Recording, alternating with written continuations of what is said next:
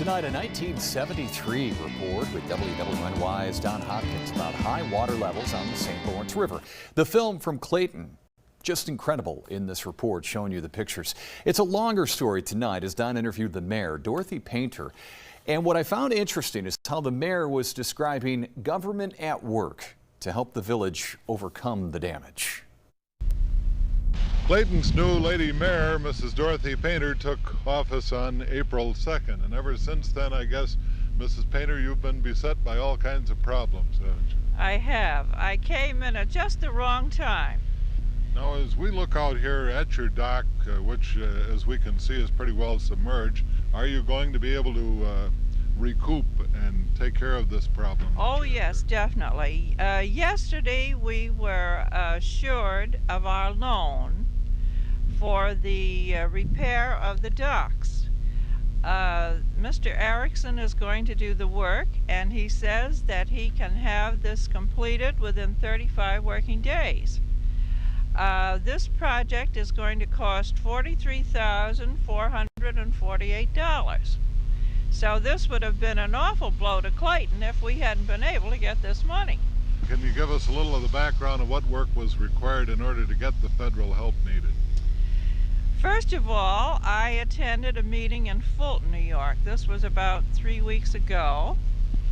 And I was told at the time that I could get help for the docks. I could also get help for erosion.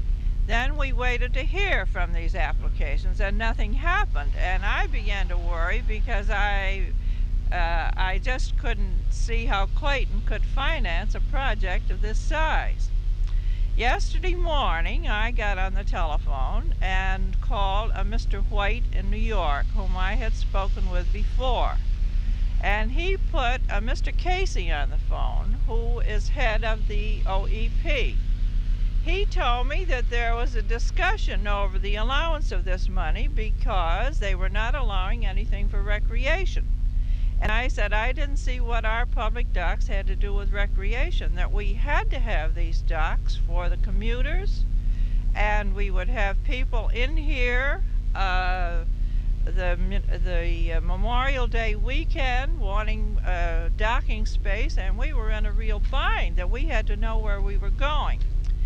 Then I began to worry for fear the decision would not be favorable, so I called Mr. McEwen's office in Washington.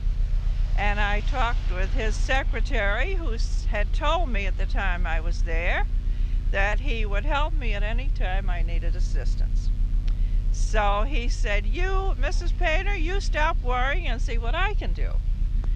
And at 10:15 yesterday morning, I received a phone call from Carolyn Barton in Watertown saying that the approval had been granted for the docks.